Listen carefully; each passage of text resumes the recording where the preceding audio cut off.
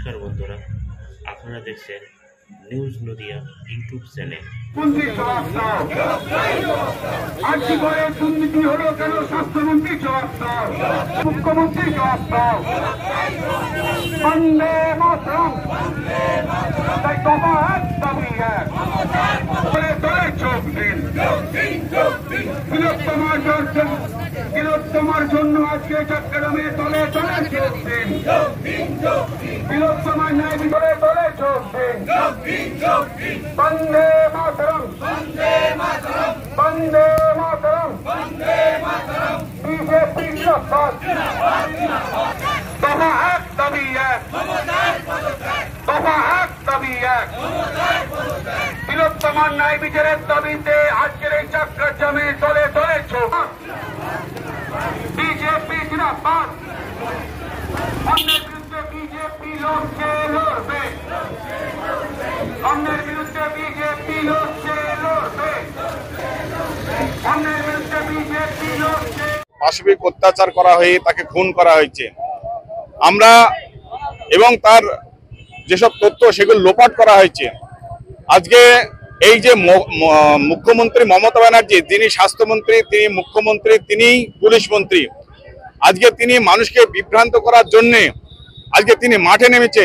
কিন্তু মূল তথ্য তিনি আজকে যেভাবে লোপাট করেছে, আজকে সিবিআই এর বিরুদ্ধে তিনি যেভাবে মাঠে নেমেছে, আমরা তাই ন্যায্য কথা সাধারণ মানুষের জন্য সঠিক তথ্যটা তুলে ধরার জন্য এবং এই নির্যাতিতা তিলোত্তমার যাতে সঠিক বিচার হয় এবং এই মুখ্যমন্ত্রী যত পদত্যাগ করে তারই দাবিতে আমাদের এই আন্দোলন চলছে এবং আগামী দিনে চলবে। আজকে আমাদের প্রতীকী যে রাস্তা অবরোধ, আমাদের 1 ঘন্টা রাস্তা অবরোধ আজকে চলবে এবং আমাদের এই প্রোগ্রামের মধ্য দিয়ে, এই আন্দোলনের মধ্য দিয়ে মুখ্যমন্ত্রীর কাছে বার্তা দেওয়া, যতক্ষণ না পর্যন্ত মুখ্যমন্ত্রী পদত্যাগ করছে ততক্ষণ পর্যন্ত আমাদের এই আন্দোলন চলবে।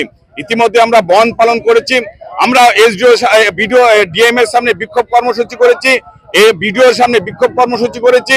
আমাদের শিয়ালদা, আমাদের ধর্মতলায় যেভাবে আমাদের বিক্ষোভ কর্মসূচি চলছে, আমরা সারা পশ্চিমবঙ্গব্যাপী একইভাবে আজকে আমাদের রাস্তা অবরোধ কর্মসূচি চলছে। ভীমপুরে আমরা তো সেই জন্যই তো বলছি, আজকে পশ্চিমবঙ্গে মহিলাদের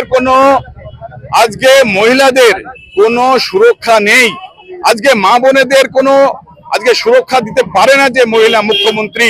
আজকে তাই আমাদের যে রাজ্যে মা বোনেদের সুরক্ষা নেই, সাধারণ মানুষের কোনো নিরাপত্তা নেই, আজকে তাই আমাদের কাছে দাবি যে এই মুখ্যমন্ত্রীর অপসারণ চাই।